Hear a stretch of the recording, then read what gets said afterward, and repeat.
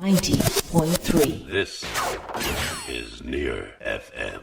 Finally, we can talk to Senator Mary Fitzpatrick. Mary, good morning and welcome to the programme, and apologies for the delay. It's okay, Donny, no problem. How are you? I am being stressed by technology. How are you? And I wouldn't mind, but I'm only after doing an interview at 11 o'clock about how we should be able to control the tech giants a bit better on the internet. Anyway. Well, there you go. They're getting their revenge on you now, Donny. Yes, indeed. Mary, I haven't spoken to you since your elevation from City Council to the Shannon, so it's been too long because you're in the Shannon a good while now, but belated congratulations on that. Well, thank you, Donny. Yeah, huge honour, and to have been appointed to the Shannon, and it's actually just been a year, and I was also appointed Fianna Fáil spokesperson for Housing, Local Government and Heritage, so it has been a very challenging and busy but also productive year in the Shannon, and I suppose in the Oireachtas generally. It's been a tough 18 months for everybody, 2 years almost now of a pandemic, and before the pandemic, housing and the housing crisis was obviously at the top of my political agenda and Fianna Fáil's political agenda, and so while the challenges are significant, it's also an enormous privilege to have an opportunity to be able to affect change and start to deliver change, and in a way that I suppose will impact so many people's lives, because having a home is essential for any of us to be able to go to school, go to work, and just to be able to get on with our lives, and the importance of having a secure and affordable home has been brought into even sort of closer or more heightened perspective throughout the pandemic, where basically home was a place we all went to be safe and for protection from the COVID. So we've been working hard, and we were making a lot of changes, and with housing, obviously nothing happens overnight. To build homes takes time, from planning through to funding and actual construction and all of that. But we're making big changes, and we've passed a lot of legislation, and everything from, I suppose, protecting renters during the pandemic, protecting them from rent increases and evictions, to also, I suppose, improving the conditions and security and affordability for renters going forward. But then more systemically and longer term, making changes that will ensure delivery of increased housing supply by the state, having the state take the role in the provision of not just social housing but also affordable housing, and not just affordable homes to purchase but also affordable homes to rent. So we passed the Affordable Housing Bill, which is a really historic piece of legislation that is the most comprehensive affordable housing legislation in the history of the state.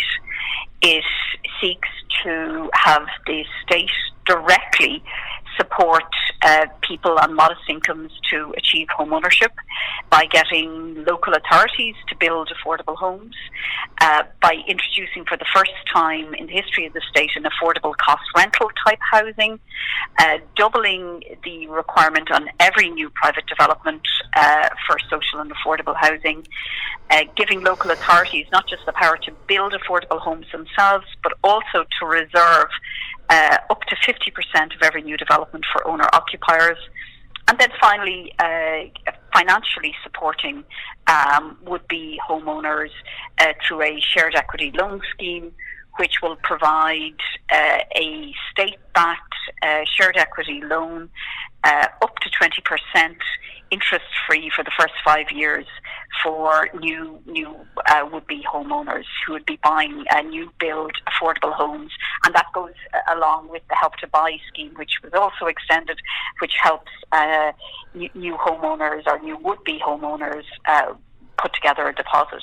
So it's been a year of very significant work from a housing perspective, and in parallel with that Affordable Housing Bill, we also just passed last Thursday, the Land Development Agency bill, which for the first time puts the state land development agency on a statutory footing, tasked with strategically managing all state-owned lands that are suitable for housing to be developed to deliver social and affordable homes. Mary, in relation to that, can I just ask a question that a lot of people, and we have asked it here continually, and I'm not sure that I've heard maybe a coherent answer to it yet, but there seems to be a lot of people who have an issue with state-owned land basically being handed over to developers, free, gratis and for nothing, and that it doesn't seem as if the state are getting value for money. Now, the only side of this where I can see that would be maybe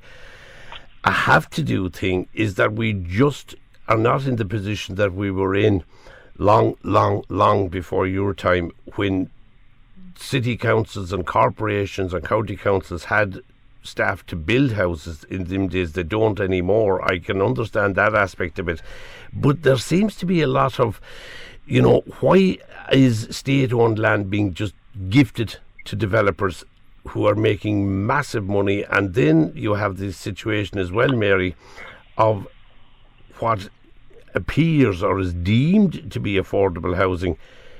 Some of the prices that we're hearing being classed as affordable housing, I would have to ask the question, affordable for whom?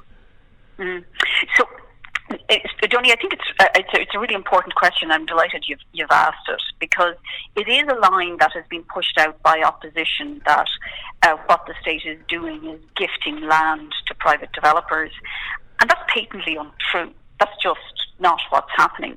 The Land Development Agency is a state-owned agency. It will be fully accountable not just to the two ministers and to the government, but it will also be fully accountable to the Dáil, the Seanad, the Oireachtas, the Joint Oireachtas Committees, the Public Accounts Committee, subject to the Controller and Auditor General audit, and it will also be subject to the Freedom of Information Act, and will have to be in compliance with all of the lobbying and proper governance standards in public office. So all of that is in place, and the Land Development Agency will be subject to all of those governance standards, which is really important. But then, in parallel with that, what the Land Development Agency is being set up to do is strategically develop land. First of all, identify all of the state-owned lands that are in the ownership of the state and are suitable for housing, create a database of those lands, and then strategically manage those lands for the delivery specifically of social and affordable housing. So it is not to take state-owned lands and gift it to anybody, not a mind gift it to then just private developers. And I think that's really important for your listeners to know that, because this is historically probably the biggest land devaluation in the history of the state. And what the lands, and there is a huge issue, and you mentioned it there yourself, Donny, around the crisis. The housing crisis is characterised in two ways. One is supply and the second is affordability. And let's just deal with the affordability issue, because it's a really important one. If the state is going to intervene, as it is through the changes that Fianna Fáil is making in government to the housing policy, the state needs to intervene to ensure that housing will become affordable for people on modest incomes, essential workers, teachers, nurses, guards, people who are entrepreneurs and people who will make and are making huge contributions, not just to our economy, but also to our society. So the affordable housing that is being delivered in the Dublin area is starting at 165,000, 170,000 and capped at 310,000. So that's in the Dublin area. Around the country, obviously, there are local variations to pricing based on, the cost of housing and the cost of land in Longford, for example, would be different to the cost of land in Dublin 7, for example. But affordability is determined by people's income, and it has to be affordable for people on modest incomes. And there is no suggestion or proposal to gift state lands to private developers. That's exactly what the Land Development Agency is being set up to do, which is to actually use the land for the state to deliver social and affordable housing. And the Land Development Agency will partner with local authorities to develop their lands. And it's always in the gift of the local authorities and the local authority elected members in the first instance to actually zone the lands. So each local authority makes city and county development plans which define what lands are zoned for, what is the purpose of their use. So, for example, Dublin City Council at the moment is in the process of developing its new city development plan. That process takes the councillors and the officials and the communities who engage in the process the best part of 2 years, and the plan is put in place then for 5 years. And in that plan, there's an awful lot of strategic planning decisions captured in it, but arguably the most important one is the zoning of the lands. And when a local authority zones lands for housing and needs assistance to then develop out those lands, the Land Development Agency will be able to support and work in partnership with the local authority to develop social and affordable purchase and affordable cost rental housing on those lands. So it is historic, it is game-changing, and it will deliver for generations to come affordable social and affordable homes. And it is only right, Donny, that we use the state-owned lands to do that, because if we want to tackle affordability, and we all know that with Brexit, with COVID, there has been massive inflation in terms of the cost of building materials, the cost of actually building with sites having been closed down, with shortage of labour. The costs are increasing, but one thing that the state can control is, and a significant cost in the delivery of homes, is the land cost. And that's why the state is going to use its advantage in terms of its ownership of land to ensure affordability in terms of the provision of housing. Mary, both of us are up against it time-wise. I know that you have an important appointment just afternoon, and I have to part company with you in the next minute to keep the schedule on track, and it's not your fault, it's just the technical issues here. Quick word, Mary, on the fallout from the Dublin Bay South by-election. Not Fianna Fáil's best day. It wasn't our best day, Donny, but we'll have better days. There's no doubt about it. I want to thank Deirdre Conroy, our candidate, and Deirdre was only first time elected to City Council in 2019. She's a very hard-working councillor, and it certainly was a disappointing result for us. But we will come back from that and we will build stronger. And I know Deirdre herself continued all of her work at Council and is a very strong contributor and will be a strong contributor into the future. And Mary, the very final thing before we go, as I said at the very start, congratulating you on your elevation to the Senate. But I am sure that you are keeping a very tight eye on happenings in your own North Inner City constituency, and I know we have a lot of listeners in that way. So in the 30 seconds that we have left, Mary, any good news coming down the track for your old stomping ground?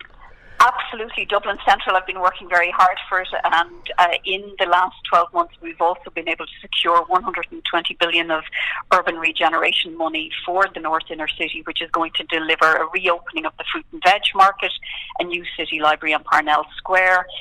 Finally, we're going to get a national monument commemorative museum on Moore Street, and Dalymount money has been set aside, and the design and redevelopment of Dalymount is going ahead. So honestly, while I've been working very hard on housing, I've also been working very hard for Dublin Central and the North Inner City, and I'm really delighted and excited that we're going to be able to deliver real regeneration of the North Inner City over the next 2 to 3 years. And if you had a chance, Tony, I'd be delighted to come back and talk to you and your listeners about it, because they're really important projects that are going to be great not just for my constituency but for the city generally. Mary Fitzpatrick, Senator Mary Fitzpatrick, as she is now, from Fianna Fáil. Mary, thank you so much for joining me this morning. Again, apologies about the technical issues at the beginning. Lovely to talk to you, and we will keep in touch. Thanks, Mary. Great. Thanks, Tony. Thank you. Bye-bye. Bye-bye. 90.3. This is Near FM.